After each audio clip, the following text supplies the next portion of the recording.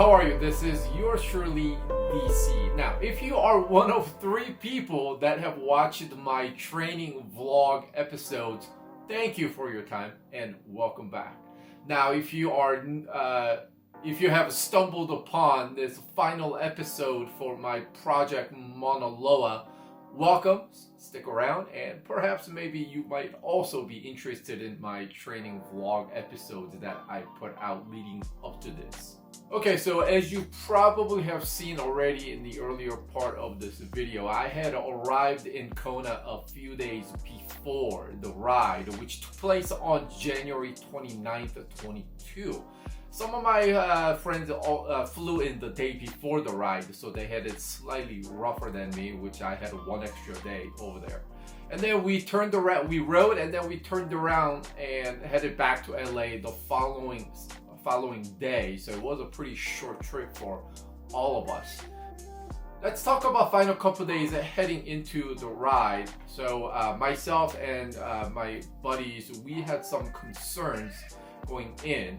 First of all, we didn't have a support car, so that was going to pose a problem because that meant we all had to carry all of our stuff. There was no car that's bringing up water and food and any mechanical issues and whatever. So everything was self-sustained, and that obviously wasn't going to pose a problem on a very long day on the saddle. The weather forecast heading into the ride showed that it was going to be a very warm day, mid-80s, and then up at the top by the observatory, it was showing in the 40s. So we knew going up is going to be warm, and then once we get there, and then as we descend, it's going to be hella cold. So that also meant we all had to take either a gilet or a jacket. And then, as previously mentioned, no support car meant we all had to carry everything. That meant carrying cargo was an issue for all of us. So food, snack, gel, water, everything, everybody had to carry on their own. A couple of the guys brought Camelback for hydration needs.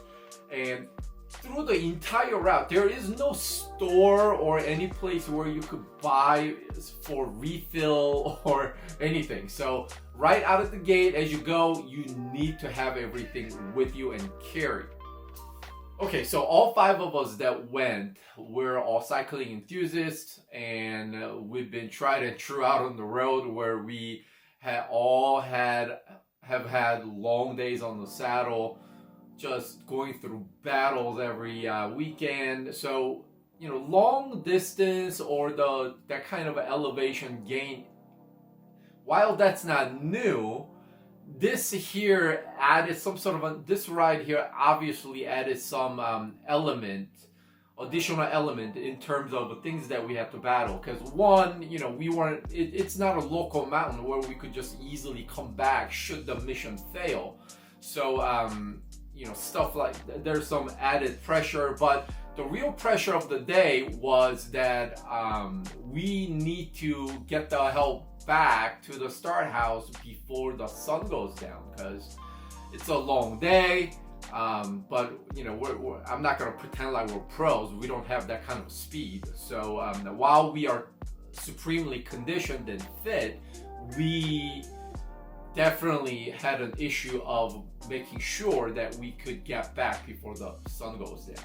Now, despite all these issues and possible challenges ahead, me personally, I don't know how the other guys felt. Me personally, I set out knowing that I will reach the top this day, because, like I said earlier, I can't just come back here that easily because it involves a flight and I have to ship the bike. There's so many logistic issues that had to be dealt with just to make this thing happen. It's not something that I could easily reattempt. So back of my mind, I knew, come hell or high water, I wasn't gonna get to the top, even if it means I end up the descent portion of it, some of that being done in, cutting it pretty close to the time when the sun had to go down. So I knew I was gonna get to the top. It was just a matter of, how respectful I would look with the whole ride. I didn't want to look like a ravaged doll once I get up to the top, and I also didn't want to look like that once I get to the bottom. So, which is again why I did the whole training and everything else, trying to get ready for this ride. Okay, enough of this me babbling. So I'm gonna rewind and take you to January 28th, the day before, and then it'll it'll segue into the actual ride, and I'll come back once the ride day is over and see you here.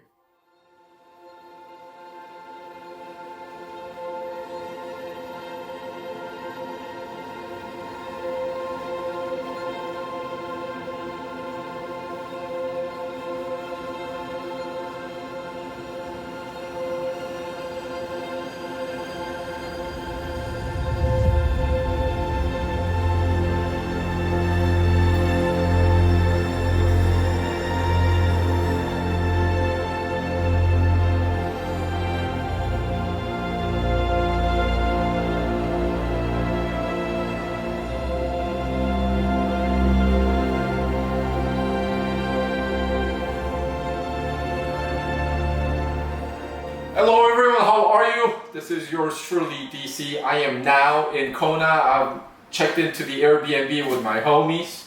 Alright, so today I wanted to kind of just go over real quick how I'm gonna, what I will be wearing tomorrow. So temps are gonna reach about like low 80s tomorrow. So it's gonna be pretty hot. So I'm just gonna be on my Rafa training jersey that's very, very thin. So that is what's going to be on the top. Now, the bib shorts, however, I have to put a lot of thought into because as I have told you guys before, we don't have a sag support. So what's important is we need to carry everything on our own. That's water, nutrition, food, and everything else. So what I did was I got the Rafa cargo bib shorts, which have the side pockets on the both sides of the legs, as well as cargo pockets on the back. So I think they put these out so that you could just have like a t-shirt on when you go ride, and then therefore you don't have to wear a jersey for the pockets, but these things have that. So what I'm gonna do is carry all the non-essential items in the back pockets of the bib shorts, and then nutrition and shit like that on the jersey pockets. So that's how I'm gonna roll. Okay, then as far as the shoes are concerned, these are like 6 years old. These are Physique R1 Uomo. I don't think they make these anymore. Now the reason why I brought these, obviously, I've had them for 6-7 years. They are completely broken in. So why is that important? You're gonna be in this, well, I'm gonna be in the saddle for what? 8, 9, 10, 11, 12 hours. So at some point during the ride, it is very likely that I may develop hot spots in the inside the shoes with the feet getting uncomfortable. So I wanted to bring the most broken in ones. If you saw my last episode, you would have seen that my cleat on the right side got busted, so I had to do an emergency replacement the night before as I was packing. So there was a bit of a panic. But imagine if I didn't have the final ride-in on Wednesday and I ended up bringing the busted cleat over here. That would have been sad. And I can't even get these cleats anywhere that easily because I wear cleats that are discontinued like 15 years ago. The pedal system that I use. So these are very hard to come by. I have to order them online only. No store carries these. So long story short, we should be okay.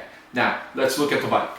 Alright, so as far as the bike is concerned, nothing special. Like I told you guys in the previous episodes, I just brought my giant TCR with the rim brake and with the SRAM Force 11 speed, no E-tab, no access, none of that. Wanted to keep it simple, as mechanically minimalist as possible.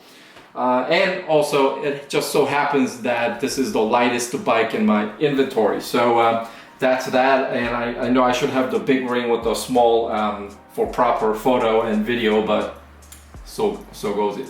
And then as far as the water, I just brought 2 big bottles. I thought about having different brackets, like I told you guys in the previous episode, to see if I could have the water mount here, as well as trying to double up on the down tube. None of those brackets worked for me, so I will just end up going with 2 bottles. Luckily, I don't rely on the water as much as others, so hopefully things will go okay.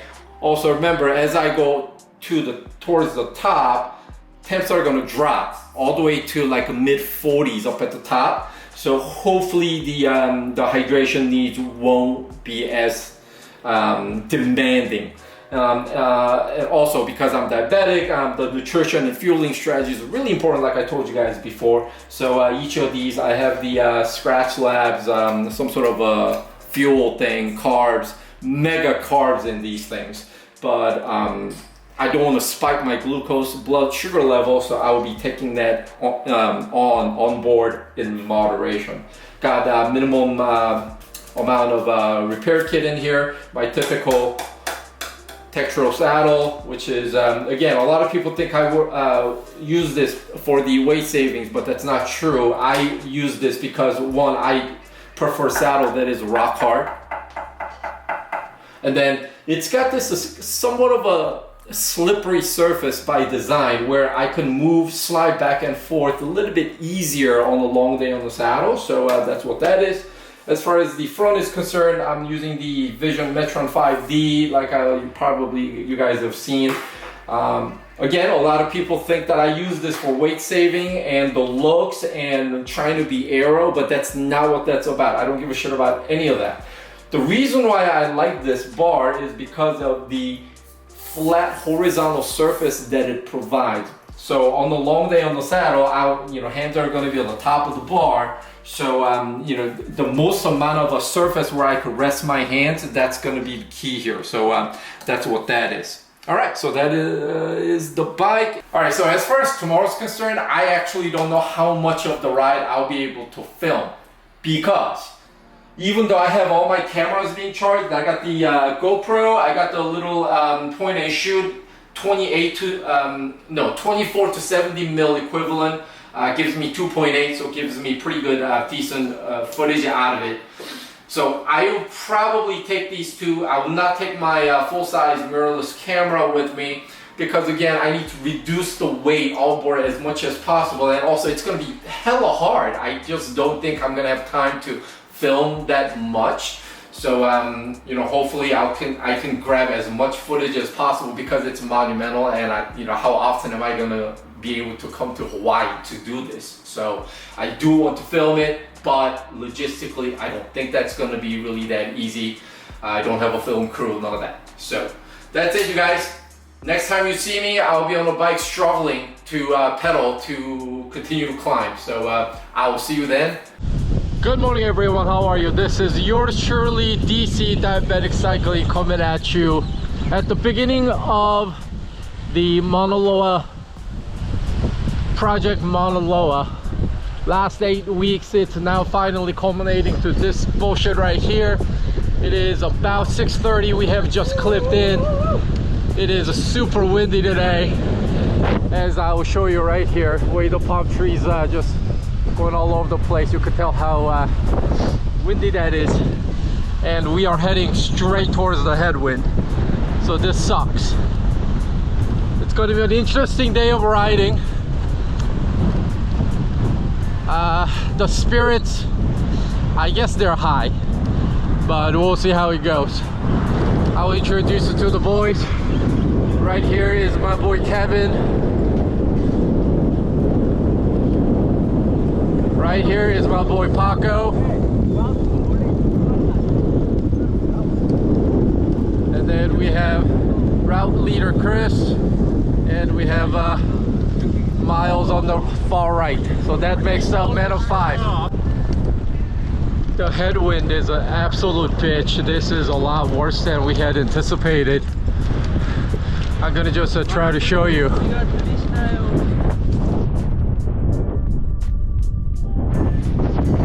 That's how it's blowing.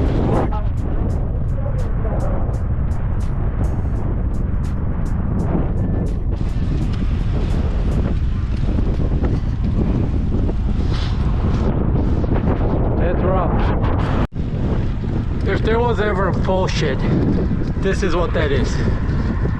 I have to go 4.5 watts per kilo just to keep the fucking bike moving. And I have to recover at 3.5 watts per kilo.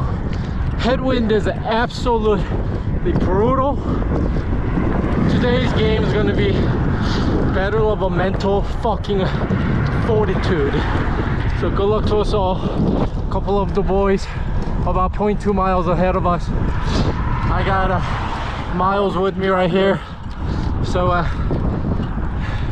we'll see how the day goes.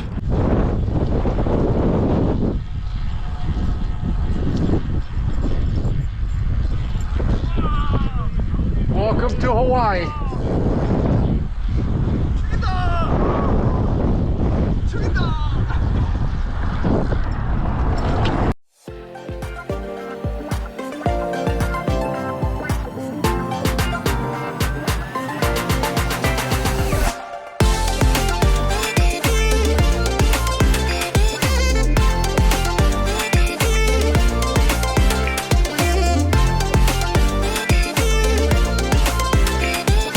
We're about what, hour and a half into it.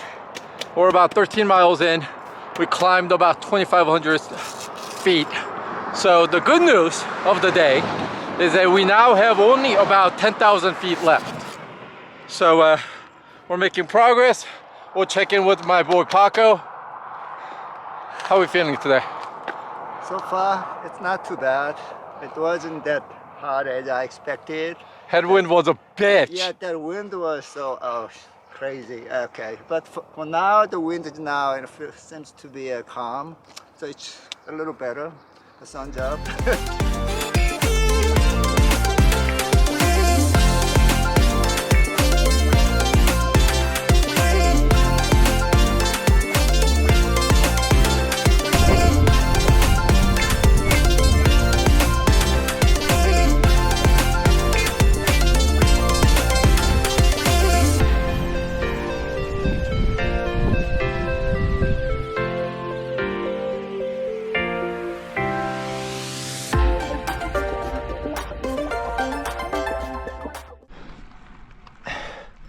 We're at 3,400 feet above the sea level.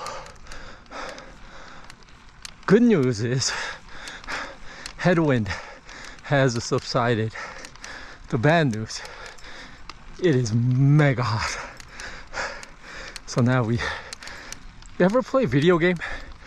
You defeat a boss at level 10, and then you have the next boss waiting for you at level 20. It's like that. We beat the wind. Now there's the heat, and we got 8,500 feet more to go.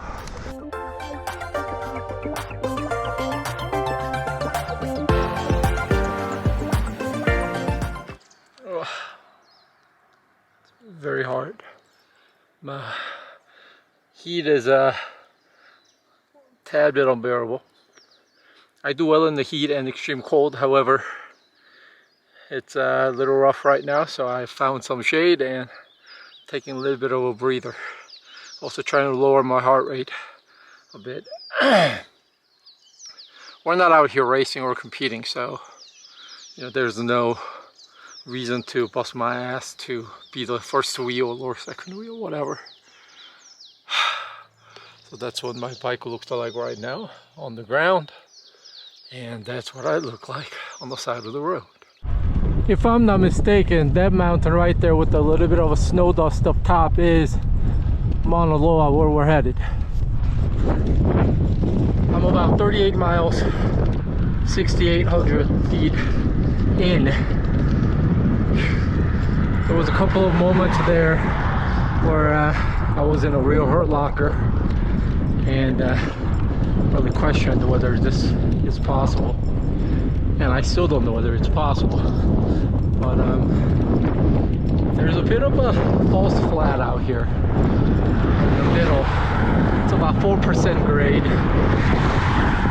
but compared to freaking 13% shit that I was climbing, it's okay. So I keep going. I'll see you guys in a bit. Well, As if the mega headwind wasn't bad enough, we have a problem.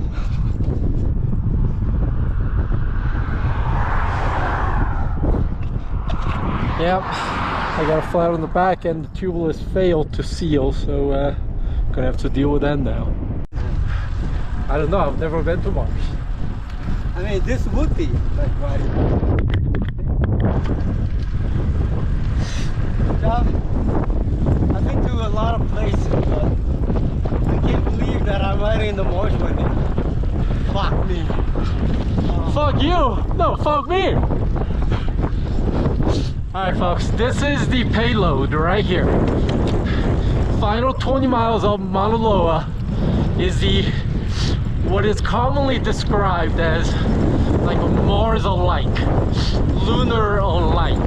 So it's this right here.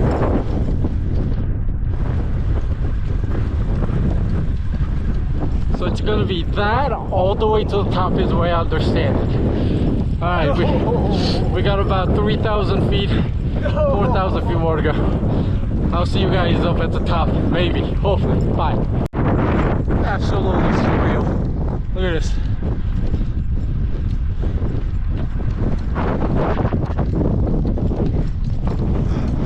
Surreal.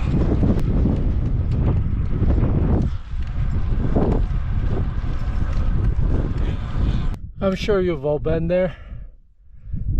I'm at that point where the body, especially the legs, started to betray me.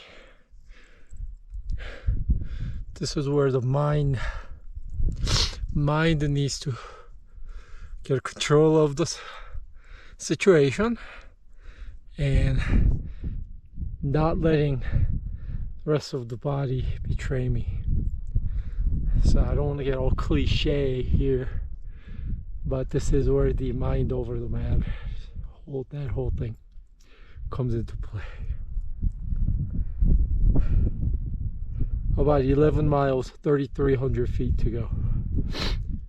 I think it'll help if I could see where the apex is that I'm heading to, because then that'll help me compartmentalize and kind of have my end goal in sight, which will help. But I honestly can't see where I'm going. I'm just taking the pedals over 1 feet of elevation at a time, thinking this will too eventually end. So that's where we are at, guys. And I'm really hoping that this becomes memory that I will cherish dearly in the future, rather than memory as in I regret that I couldn't finish. So that's that. Now I'm about 8,000 feet above the sea level, which means air is getting thinner. It's going to get thinner as I go up, so we have that to contend with. And the climb is one gigantic roller, so finding a rhythm is very hard to do here. Alright, those of you wondering why I don't have a helmet on, I'm pedaling 5 miles per hour. I'm not gonna fall and hit my head. I got my helmet perched on top of my bar. I'm gonna put the helmet back on before I start to descend. So give me a break. Alright guys, I'll see you in a minute.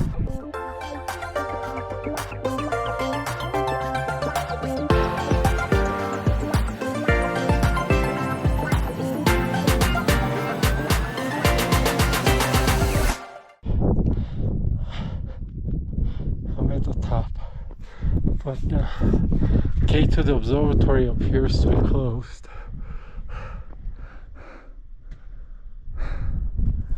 So this is where the climb ends.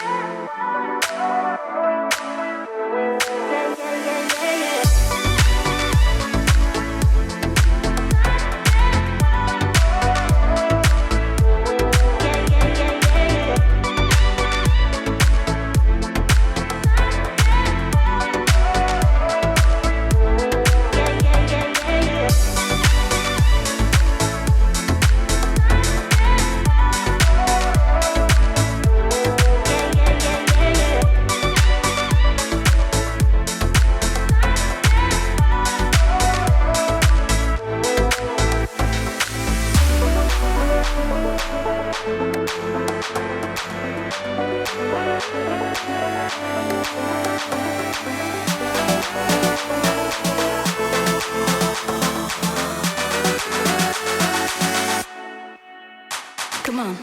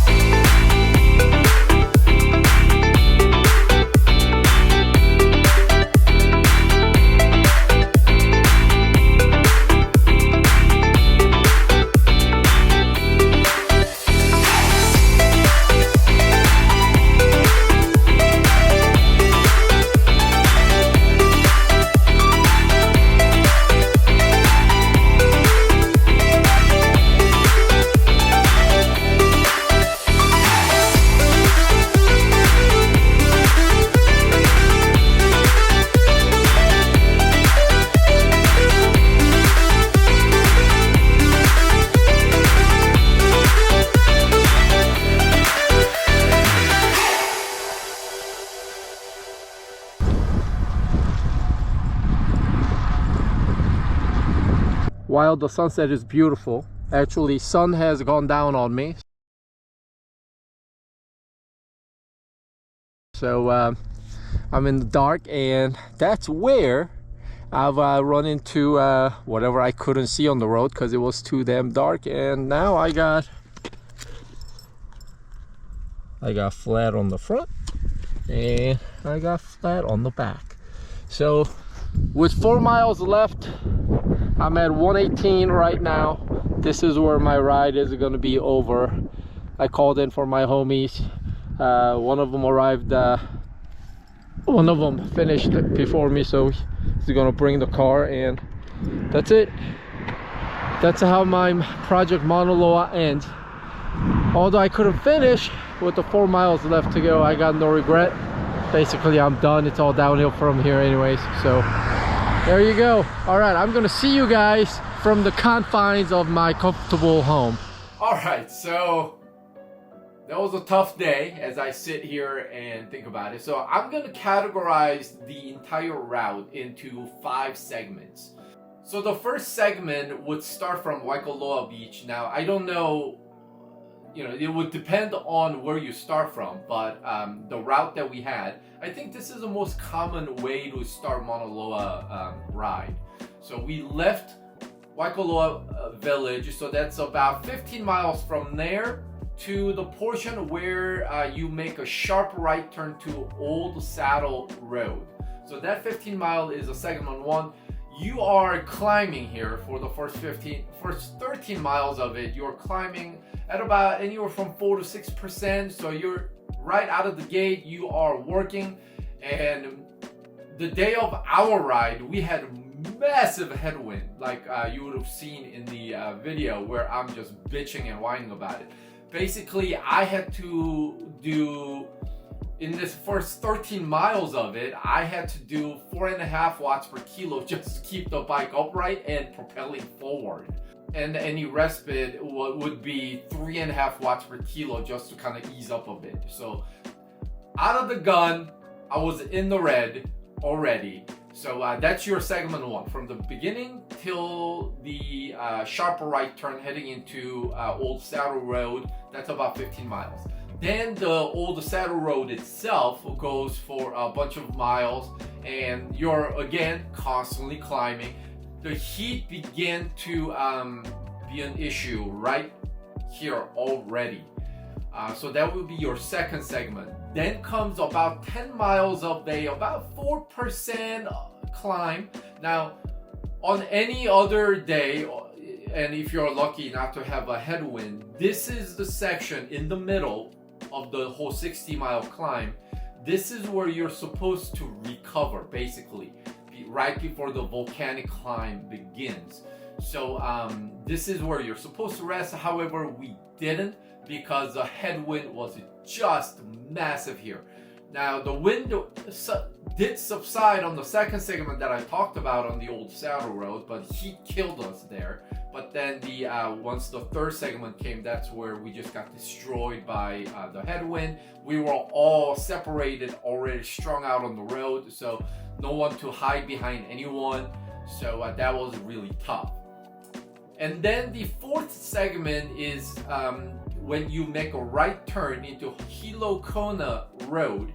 So this is where the whole volcanic rock situation happens. The whole lunar landscape and the whole a Mars look-alike landscape begins. To both side of the road, you have these, the remnants of the hot magma that from the volcanic eruption that took place years ago, that just became these very scenic black, some dark gray rocks that just adorn the side of the road. So right when you make that turn, right when you start that's 20-mile mark from there to the top of the Mauna Loa Observatory. So that's your fourth segment. And then I would categorize the fifth and final segment into the final 3 miles of this 20-mile stretch, because final 3 miles is where you must climb about 1,100 feet. That averages out to about 350 feet of climbing per 1 mile. And you may go, that's not that big of a deal. Now, it's hard any day, but you may think that's not as hard. But it is hard because you've just relentlessly climbed for 57 miles, gaining about 10,000 feet already. And the final 3 miles, the short and violent rollers just constantly comes one after the other. And these things come at 13% gradient, 17% gradient. There was one where it was a 19% gradient. And you couple that with the freaking headwind again. So that was really tough, and those sort of make up the 5 segments if you're going to go try this. So, in looking back, the final 1 mile, and then especially the final 0.3 mile stretch. So that right there is, I think, where the route separates the men from the boys, basically, in my opinion. All right, so in the training episode vlog that led up to this, in one of the episodes, I shared how I was only gonna take 2 large water bottles. So these are the 24-ounce bottles, and I took 2 of them. I thought about taking on extra bottles some way, somehow, but it didn't work out, so I ended up just taking 2. And remember, it was pretty warm for bulk of the climbing section, so that worried me. I did not have to bum water off anyone. I actually made the whole thing with 2 bottles. Now, I did borrow a sip from a buddy of mine who took on extra water on the way down. I could have made it down without borrowing that water, so theoretically the 2 bottles was enough for me. But again, I require less water than a lot of the others. There were 2 guys that actually were not able to finish the route. They DNF, and one of them carried 2 bottles with the hydration pack in the back. Even though he didn't finish it, he already ran out of water, and then he had to borrow water from people that were in the car, just sightseeing people. So we all had different level of water needs, and I personally made out okay with the 2 big water bottles. I don't recommend that to anybody else, but I did okay. As far as food intake, so most of you guys watching this, you looked at the channel name. I am diabetic.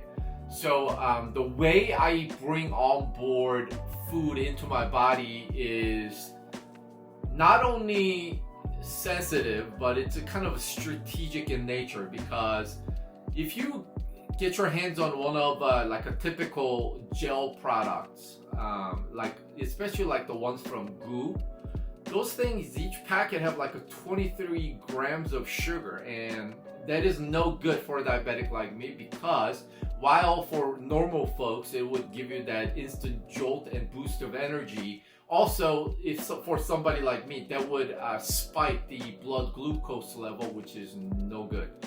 So I normally take SIS line of products because they don't contain nearly as much sugar. So what I did was 1 hour into my ride, I took on ham and cheese sandwich from a deli market, which I took on board in my jersey pocket. And I wanted to get that out of the way first, because one, it's a real food.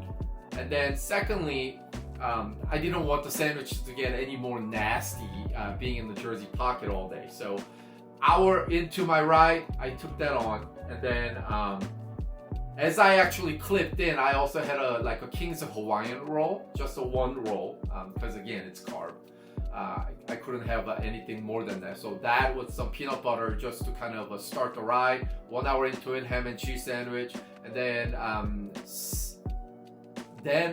the second hour into it, I think I took on a gel. And then 3rd hour into it, I took on a bar from Scratch Lab, and then from that point on, it was basically a gel every hour. And then once I hit about 45 mile mark, I took on a gel every 30 minutes because I could tell that my body was depleting of all energy you could imagine.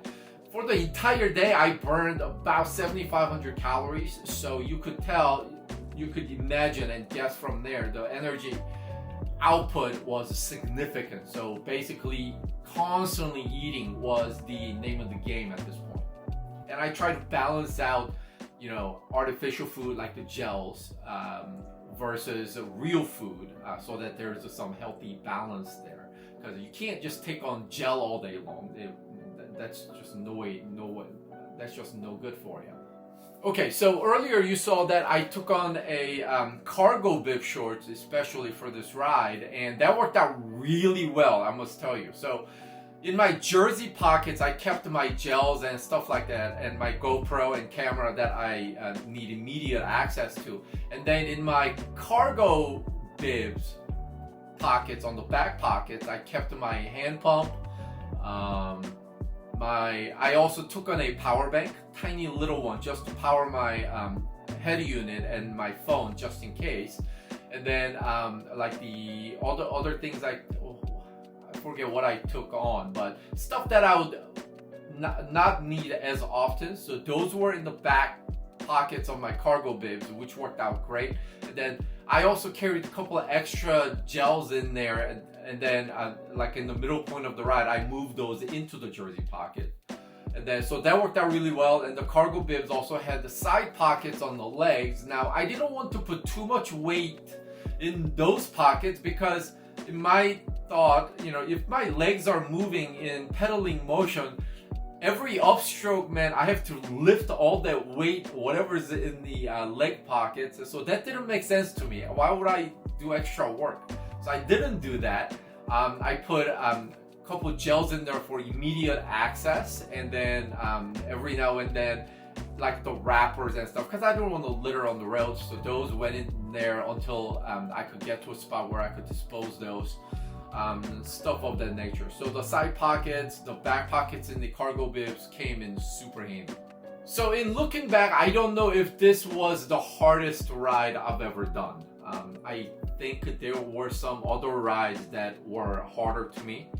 Now that said, I could easily say the final 0.3 mile of this ride, the climb, was the hardest 0.3 miles I've ever ridden over the last 24 years on a saddle. So that was a pretty rough 0.3 miles. So the final question I would ask myself, maybe some of you that's been, 3 of you that's been watching all episodes of my training vlogs, did the training pay off? That's really hard to say. So I don't want to sound cocky or anything, but even without the structured training I try to do with my time constraint, I think I would have been able to finish the climb, finish the ride still with the fitness level that I normally carry. Now, could I have looked not as graceful without training? That's very possible. Again, the purpose of the training was not so that I could finish the ride. It was so that I don't look like a ragged doll at the end of the climb as well as the end of the ride. I wanted to look respectful. I wanted to look like I wanted to enjoy the ride, despite the fact that it hurt like a mother effer, like I've never felt before. So that was the purpose for the training, and in that regard, the training helped, because I believe I suffered less, and that was the goal for the training. So in the end, as I sit here after the whole thing is over, I am glad that I got to do this. I am glad I did conquer top of Mauna Loa. Now Mauna Kea, I can't try it because I don't ride dirt, and Mauna Kea has dirt, so that's no go. So my next project is going to be Utah, Highway 12 All-American Road. Nothing like a super monumental climb or anything, but I hear that route is beautiful, so that's something I'm going to be doing in about a month from now. And speaking of not riding dirt, my next episode is going to contradict that comment, but there you go. So that's how Project Mauna Loa wraps. Again, I'm super happy to have done it. I thank the boys that went with, and especially one guy that put everything together so that we could all join. All the logistics and everything he handled. So thank you. And those of you that's been watching all the episodes leading up to the final ride, thank you for your time. I know there's a lot of other better content out on YouTube, so I thank you for your time. All right, that's it. DC out. Until next time, be good humans and safe ride. Tell me how you feel. I love you, John. Oh, that's how I feel. I love you with all your fucking black fingernails. Oh, fuck!